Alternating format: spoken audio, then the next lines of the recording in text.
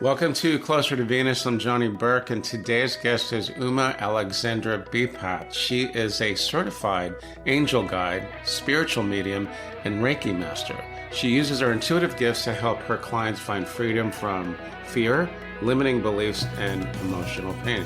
Uma, welcome to the show. Thank you. Good morning, and thank you for having me, Johnny. How are you today? Pretty good for a Sunday. So tell me, what prompted you to learn about Reiki mediumship and past lives? So it's interesting. I didn't really have a strong desire to follow either of the paths. It's one of those things that we come through our experiences through living. I became a licensed massage therapist back in 2009. And while I was doing massage, some of my clients would notice my hands get really warm. One client in particular said, "You should really learn Reiki." So I actually came in through massage, through Reiki, and then it just kind of led to everything else. And speaking of which, the Reiki masters, healers, or just the discipline itself seems to be a destination for spiritual seekers. Why do you suppose that is? It's very easy to learn. It's very mainstream now. There's actually a lot of great healing modalities. I'm certified in over 40 of them. But Reiki is well known because it's been around for a long time. It does work. There are studies that are proving the benefits and effects of Reiki. It's now more widely accepted because it's now being accepted in hospitals. You can find Reiki practitioners being paid to be in hospitals now, whereas before we had to do everything on a volunteer basis. And you actually find a lot of Reiki practitioners in cancer treatment centers, hospice. So society is becoming more comfortable with this particular aspect of the healing modalities. Generally speaking, how does Reiki actually work? Reiki is an energy healing modality. It's not really like a massage where you're manipulating soft tissue or chiropractic work where you're working to readjust people. It's about your energy field, the aura, this energy around us, and chakras, these energy centers on the body. We know enough about that they exist. So Reiki works to bring energy in to depleted people. So the idea behind Reiki, Rei means universal, Ki means life energy. So the translation of Reiki is universal life energy. What it means is that we as people run ourselves down. The schedules, the life we're living, it's not conducive to health and wellness. We work too much. We don't sleep enough. We don't eat right.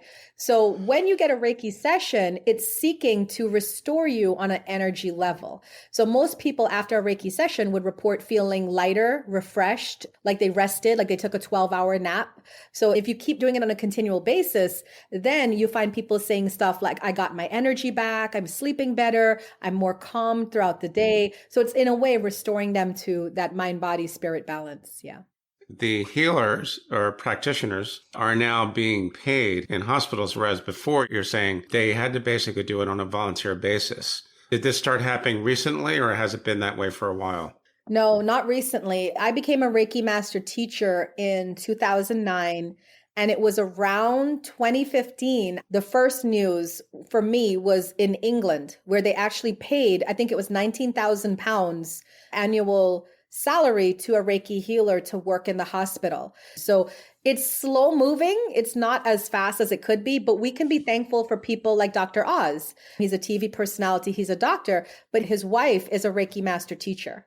So he would go on to his talk show and talk about Reiki and the benefits of Reiki and what he's seen, because he used to perform surgery with Reiki practitioners in his surgery practice. And he's talked about what his wife has taught him and everything. Then you find more celebrities. Gwyneth Paltrow has this show where it literally investigates everything in the alternative health fields, Reiki, shamanic journeys, drumming, things of that nature. We're not there yet where we have a full thriving field for people to have this as a career and get paid for it. But I'm optimistic enough that I will see that before my lifetime's over. It seems like it's definitely moving in that direction. Now, you're also a certified angel guide. Tell us a little bit about how that happened and what it's taught you so far.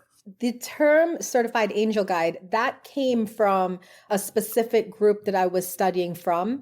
And that was the certification they gave us after we did some study on angels, communicating with angels, on using angel cards.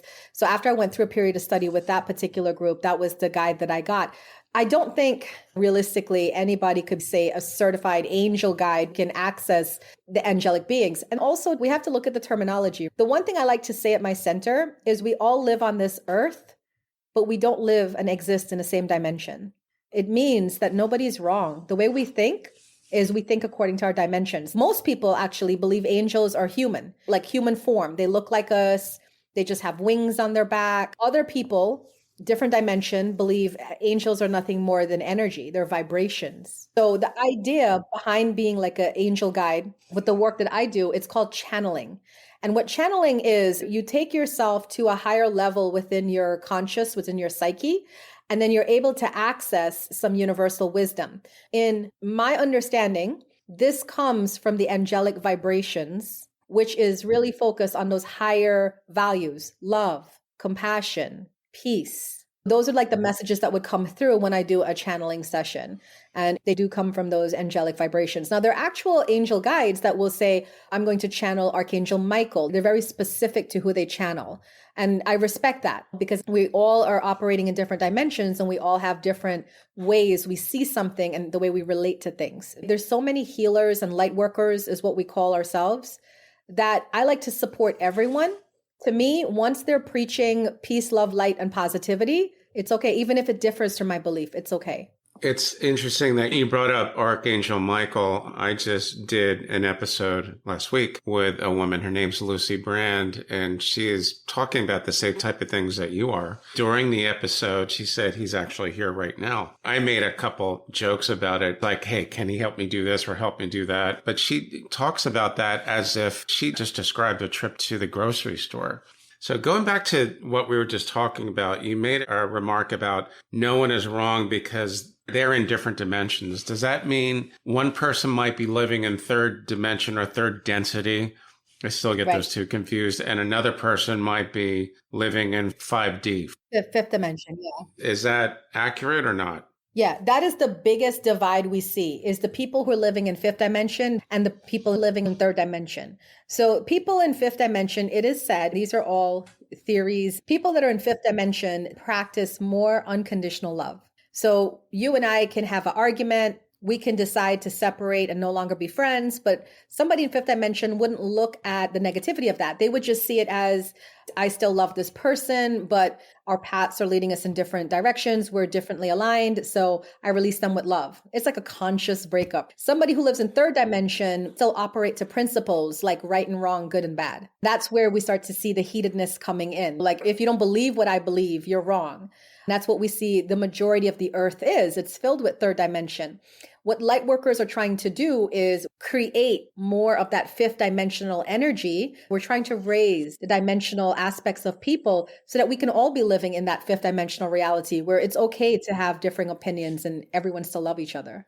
So what kind of people would you suggest to go and seek an angel guide as opposed to a shaman or a past life regressionist or an energy healer for that matter? Shamanism, energy healing, they're related disciplines, aren't they? Yeah, and I can tell you on the different types of light workers, why you go to each one specifically. So if you go to an angel guide, or they're more commonly known as like a tarot card reader or an angel card reader or oracle card reader, you go there for like higher advice. You're going through something in your life. You're probably going through some difficulties in a relationship.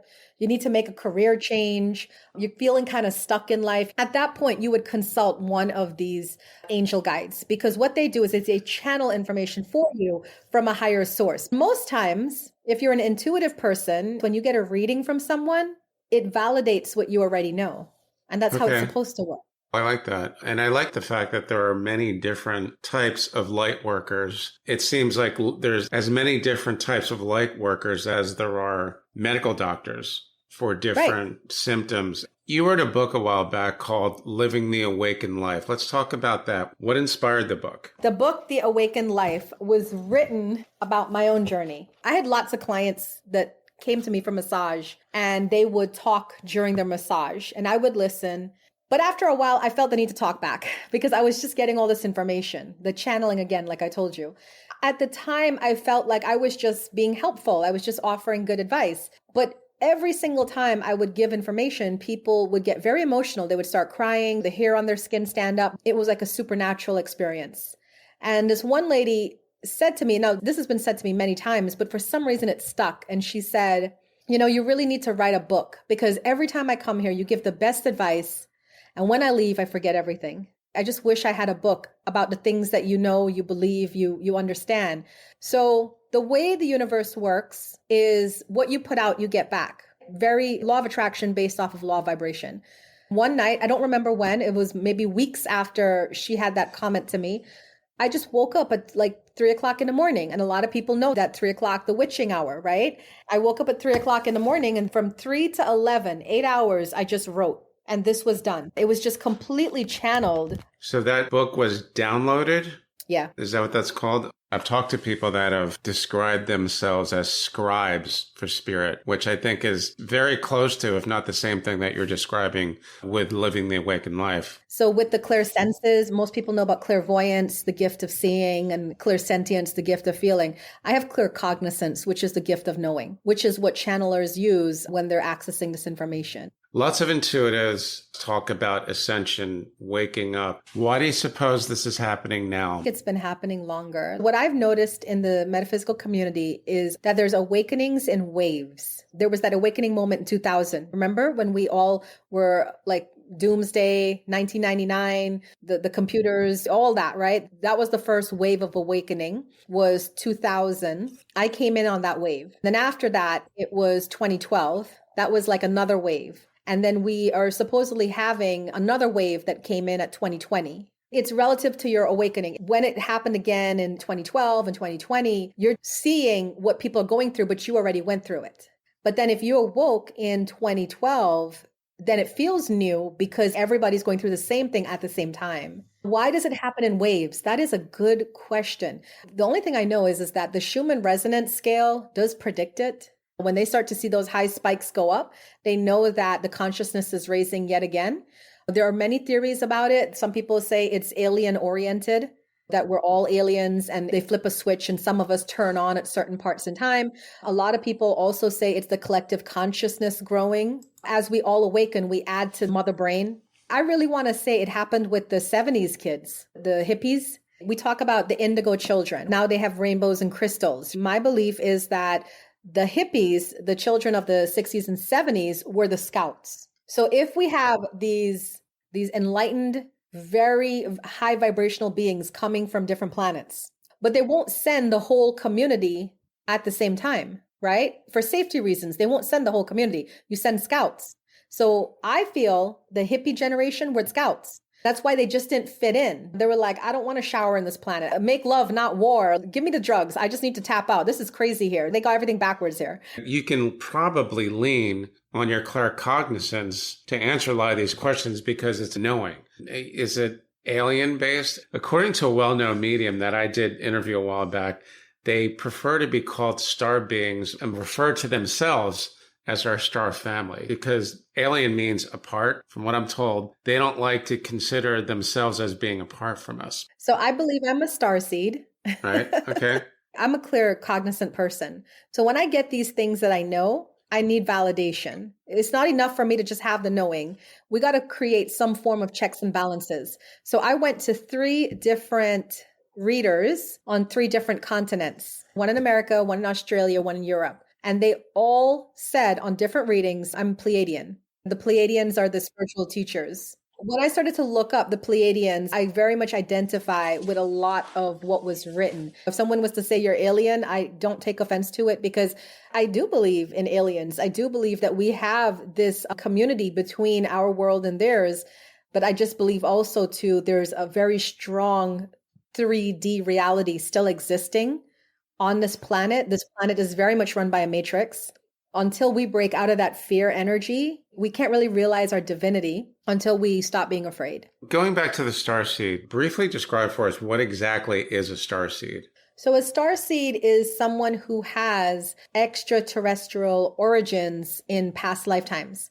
For instance, I told you I am not the typical metaphysical teacher. I debunk a lot of things because I'm a claircognizant and things just don't make sense. I don't really necessarily believe in old soul. Like people like to say, oh, that person's old soul. They say somebody who's lived on earth many, many times, they have a lot of rich wisdom. There is a belief that all souls originated at the same time. The energy, the substance, the particle of all of us originated at the same time. So how could somebody be an old soul indicating they're older than other souls? It doesn't make sense. My knowing, my understanding is that if all of us were given 100 lifetimes, an old soul would be somebody who lived 95 of those lifetimes on this planet. They're more well-versed, they are more knowledgeable, they have more wisdom about this planet. A starseed has varying degrees. You have the really out there starseeds that may have lived 90 lifetimes on other planets and 10 lifetimes on Earth. So that's what we say when people are autistic or special needs. They just are not able to communicate in this 3D dimension. That might be like an extreme starseed. Most starseeds are probably like 50 lifetimes on other planets, 50 lifetimes on Earth. So they have like a working understanding of this atmosphere and the way people are as opposed to others. I'm a functional starseed, but there are times when I get really quirky and eccentric and people don't understand why I say or do the things that I say or do. I don't even understand why I say or do the things that I do, but it feels right to me. There's some starseeds who have a ton of allergies because their system just did not do well on this planet. So they're like allergic to everything. It seems almost like they're allergic to the environment with the skin conditions they have and stuff. People talk about not only past lives, but past lives on other planets. And since people talk about being reincarnated from other planets, other worlds, or whatever you want to call it, I don't think it's very far-fetched at all. I think it would be deeply silly of anyone to think that this is the only planet with intelligent life. That makes no sense at all. So I have a funny story. I'm a past life regression therapist. And I did a past life regression on a woman from Australia. I was expecting her to go to a past life here on Earth. And she described in vivid detail being a crystal person. I have never heard this before. What you do as a past life regression therapist is you put the person in a hypnotic trance. And then when they're under hypnosis, you ask them questions. So it's easy for me to get people into a deep enough trance. Her eyes were fluttering and everything. And I was like, where did you come from? And she said, the wall. The wall where? In the cave, in the days when dinosaurs roamed the earth and everything. And she said she just came out and she came with the wee little ones. I mentioned she's Australian, very cute accent. She was like, I came with the wee ones. And there was a lady from a village who helped them assimilate and take on human form and teach them how to be human. And so she's saying that there's crystal people sprinkled throughout the world. It was just interesting. I've heard so many people flash back to different timelines, and some of them are not from this earth. So I'm a believer. When you talk about doing past lives and doing the regression work, do ancient civilizations like Atlantis or even Lemuria come up? I haven't personally had somebody come up from Atlantis or Lemuria, but I did have someone, a gentleman, flash back to another planet. He was telling me about life on the planet. He was saying that on Earth, it's so exhausting because where he's from, you communicate telepathically. You don't use words. It's considered the most basic form of language. And he just talked about a lot of stuff. And I was just like, wow. That's the cool thing about the work that I get to do, because I get to hear people's stories that are locked in their psyche. And it's as interesting to me as it is to them. That's a benefit to your practice. Speaking of the modalities that you practice, which ones do you think can tell us the most about existential questions like, why are we here? What is our purpose? And what really happens when we die? There's a lot of great channelers right now. Abraham Hicks, Esther Hicks, who channels the teachings of Abraham. But there's a great guy named Lee Carroll. He channels Cryon.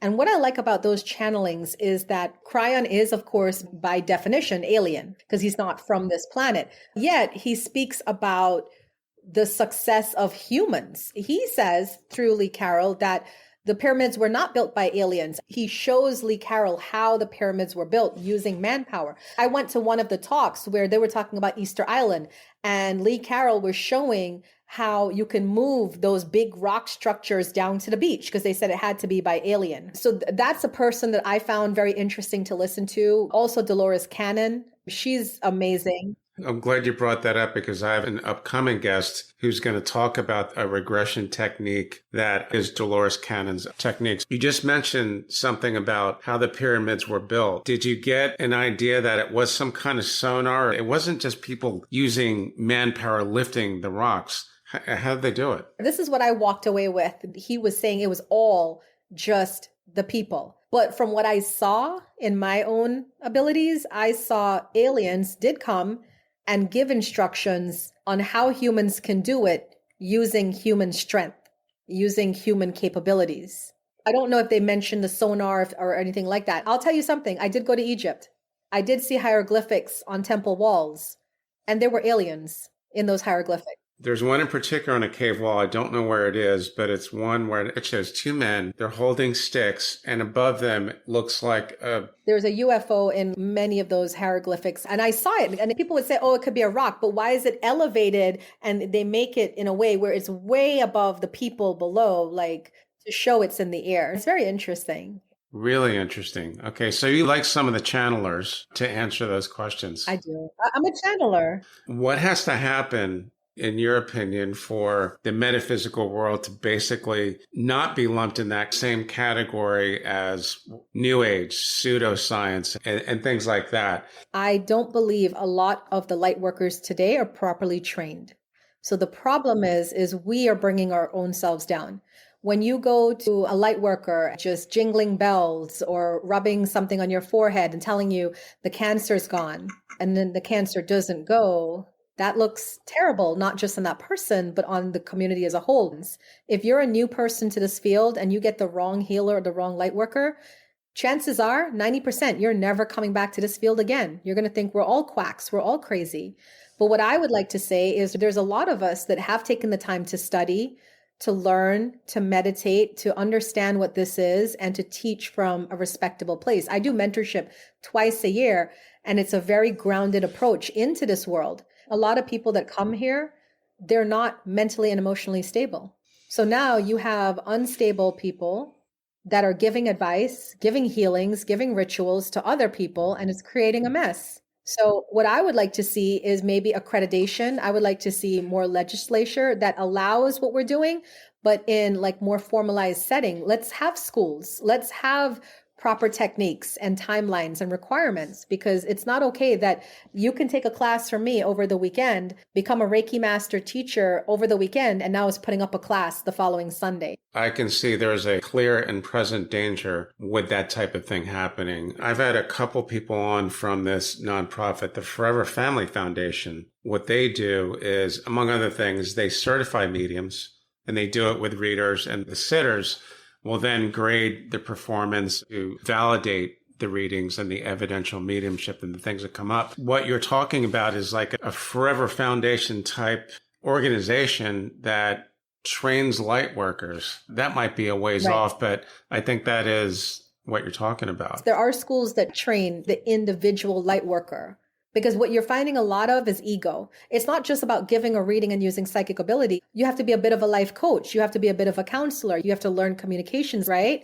I could not agree more. And I really wonder, one day, is going to see the metaphysician, will that ever be as common as going to seeing your family doctor? I had a vision of a hospital where somebody walked in at the ground floor and saw an empath, and the medical intuitive diagnosed them, and then sent them to the lab to get x-rays.